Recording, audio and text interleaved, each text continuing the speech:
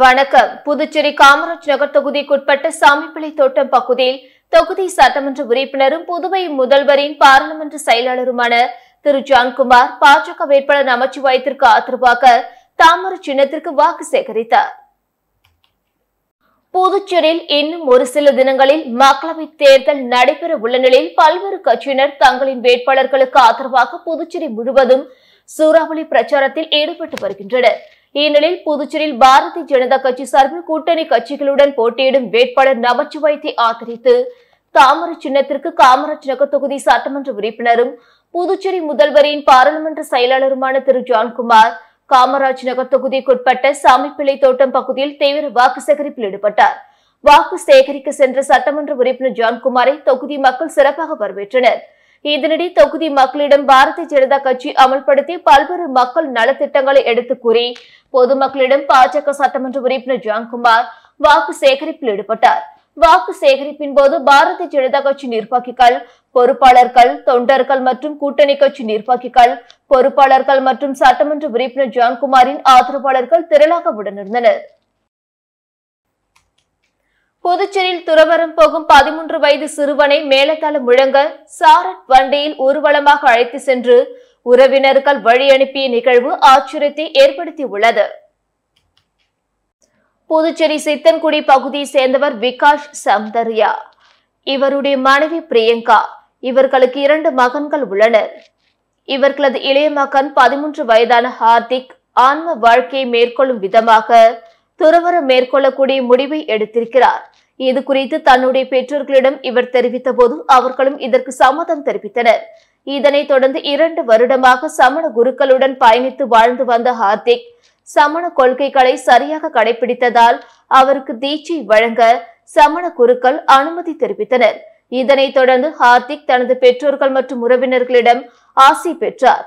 மேலும் தனது இல்லத்திலிருந்து புத்தாடை அணிந்து சாரட் வண்டியில் மேலத்தாளங்கள் முழங்க பாரதி வீதி, அண்ணா சாலை மற்றும் 45 அடி சாலையில் உள்ள ஜெயின் கோயில்களுக்கு ஊர்வலமாக சென்று ஹார்திக் வழிபாடு செய்து நேற்றிரவு வீட்டிலிருந்து புறப்பட்டார்.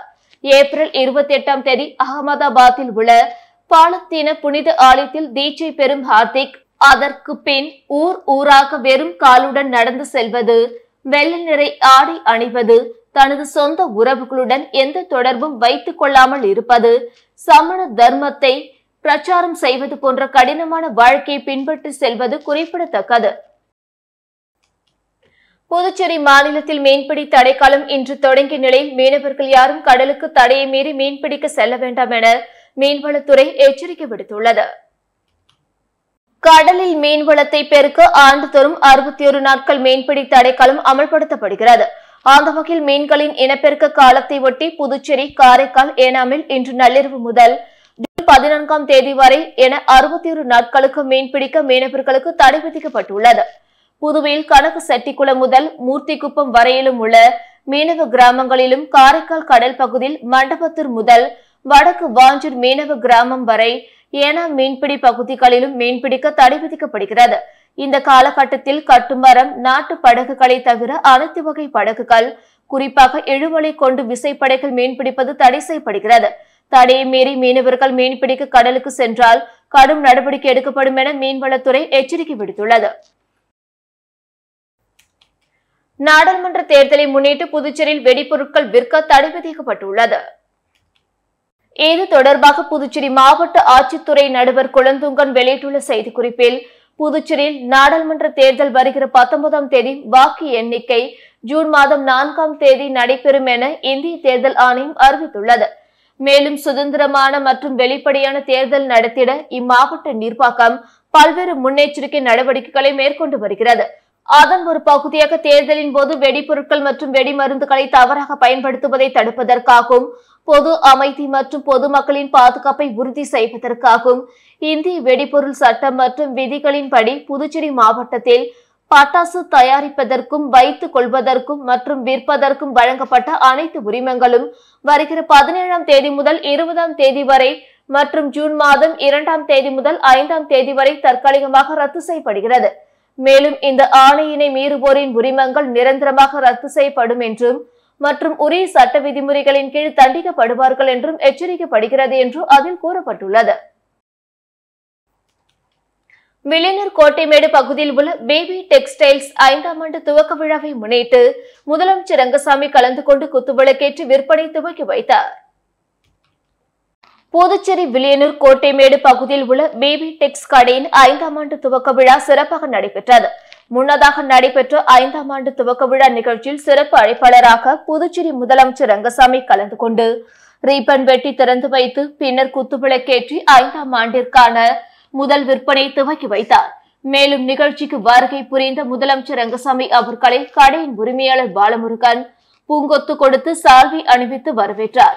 அதனைத் தொடர்ந்து வாடிக்கையாளர்களுக்கு பேபி டெக்ஸ் அறிவித்திருந்த கூப்பன் பரிசு பொருட்களை வழங்கினார். மேலும் 5ஆம் ஆண்டின் துவக்க விழாவை முன்னிட்டு வாடிக்கையாளர்களுக்கு பல்வேறு சிறப்பு சலுகைகள், சிறப்பு தள்ளுபடி விற்பனை அறிவிக்கப்பட்டது. மேலும் இச்சலுகையானது 14/4/2024 முதல் இந்த மாதம் இறுதி வரை மட்டுமே சலுகைகள் வழங்கப்படும் என கடையின் உரிமையாளர் தெரிவித்தார். மேலும் நிகழ்ச்சியில் வில்லியனூர் வணிகர் கூட்டமைப்பு நிர்வாகிகள், கடையின் ஊழியர்கள் என ஏராளமானோர் உடனிருந்தனர். மண்ணாடிப்பட்டு சட்டமன்ற தொகுதிக்குட்பட்ட காட்டேரிக்குப்பம் பேட் பகுதியில் பாஜக வேட்பாளர் நமச்சிவாயத்தை ஆதரித்து முன்னாள் சட்டமன்ற உறுப்பினர் TPR செல்வம் தலைமையில் தீவிர வாக்கு சேகரிப்பில் ஈடுபட்டனர். லோக்சபா தேர்தலில் போட்டியிடும் வேட்பாளர்களை ஆதரித்து அரசியல் கட்சியினர் அனைத்து தொகுதிகளிலும் தீவிர வாக்கு சேகரிப்பில் ஈடுபட்டு வருகின்றனர்.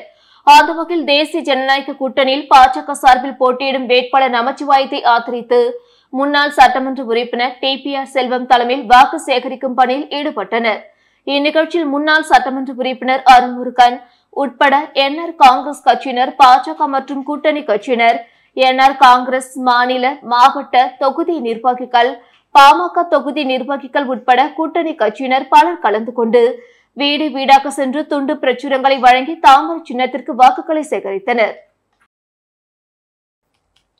அதிமுக மாநில செயலாளர் அன்பழகனை மாற்ற வேண்டுமென தொகுதி தலைவர்கள் திடீரென போர்க்கொடி தூக்கி உள்ளனர். புதுச்சேரி மாநிலம் ஊசூடு, காமராஜ் நகர், லாஸ்பேட்டை, முத்தியால்பேட்டை, தட்டாஞ்சாவடி, வில்லியனூர், மங்களம், உருளையன்பேட்டை தொகுதிகளின் அதிமுக தலைவர்கள் மாநில இணை செயலாளர் வையாபுரி மணிகண்டனை முத்தியால்பேட்டையில் உள்ள அவரது அலுவலகத்தில் நேற்று சந்தித்து பேசினர். தொடர்ந்து நடந்த ஆலோசனை கூட்டத்தில் வையாபுரி மணிகண்டன் பேசுகையில், மாநில செயலாளர் அன்பழகன் கட்சிக்காரர்களை புறக்கணித்து வருகிறார்.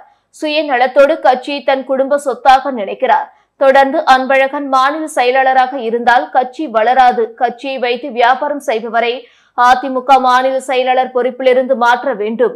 அதிமுக மாநில செயலாளர் அன்பழகன் இந்த தேர்தலில் பாஜக வேட்பாளர் நமச்சிவாயத்திடம் ரூபாய் 50 லட்சம், காங்கிரஸ் வேட்பாளர் வைத்திலிங்கத்திடமிருந்து ரூபாய் 50 லட்சம் பெற்றுள்ளதாக நான் சொல்லவில்லை.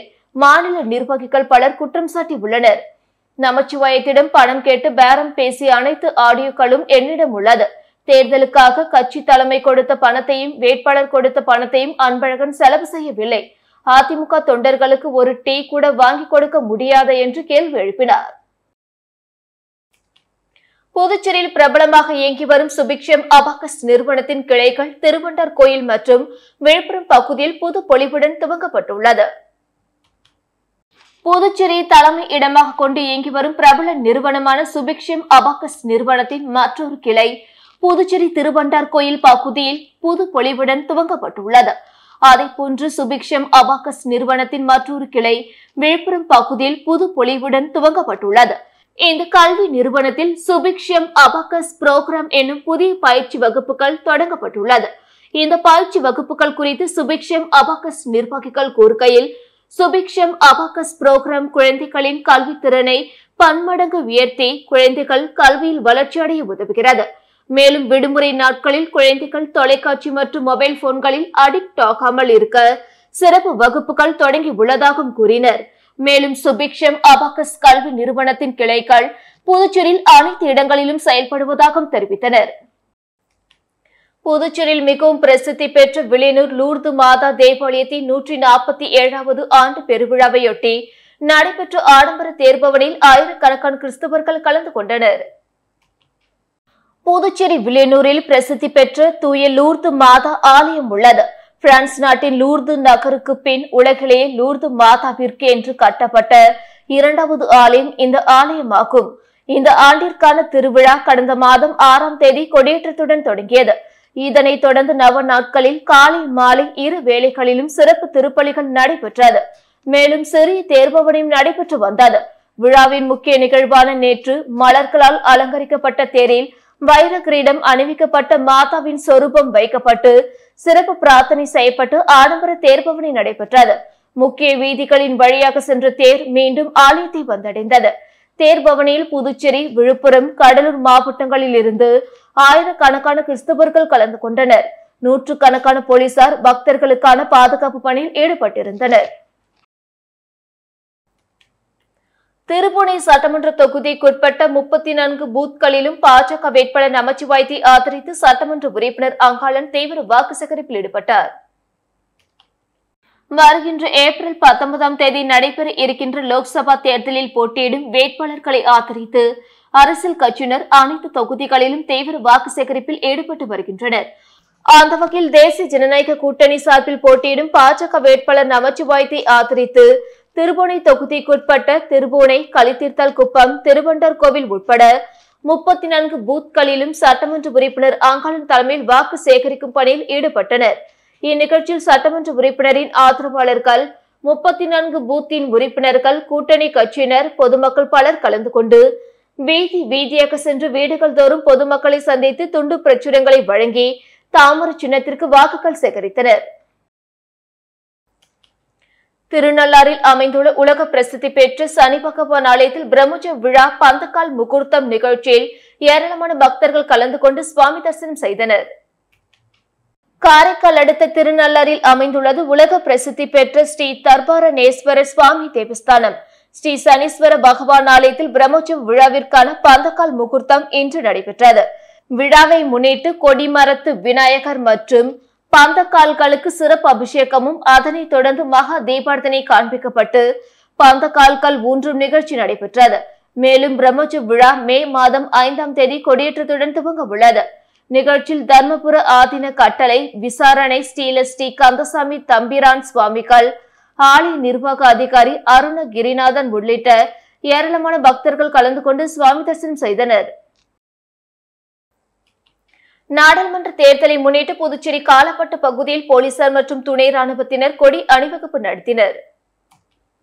நாடாளுமன்ற தேர்தலில் மக்கள் அச்சமின்றி வாக்களிக்க Muthialpet inspector Kannan, Kalapet sub inspector Kumar ஆகியோர் தலைமையில் போலீசார் மற்றும் துணை ராணுவத்தினர் கொடி அணிவகுப்பு நடத்தினர். ஈசிஆர் சாலை, பிள்ளையார் கோயில் தெரு, தேரோடும் வீதி, பெரிய காலாப்பட்டு, மீனவர் குடியிருப்பு பகுதி, சுனாமி குடியிருப்பு பகுதி, அம்மன் நகர் உள்ளிட்ட பகுதிகளில் இருந்து காலப்பட்டு காவல் நிலையம் வரை அணிவகுப்பு நடைபெற்றது. ஊசூடு சட்டமன்ற தொகுதிக்குட்பட்ட ராமநாதபுரம், தொண்டமநத்தம், கரசூர், அரசூர் உள்ளிட்ட பகுதியில் அமைச்சர் சாய்ஜி சரவணன்குமார் தீவிர வாக்கு சேகரிப்பில் ஈடுபட்டார். வருகின்ற பாராளுமன்ற தேர்தலில் தேசிய ஜனநாயக கூட்டணி வேட்பாளர் அமைச்சர் நமச்சிவாயத்தை ஆதரித்து புதுச்சேரி முழுவதும் பாஜக கட்சியினர் மற்றும் கூட்டணி கட்சியினர் தாமரை சின்னத்திற்கு வாக்களிக்க வேண்டி தீவிரமாக வாக்கு சேகரிக்கும் பணியில் ஈடுபட்டு வருகின்றனர்.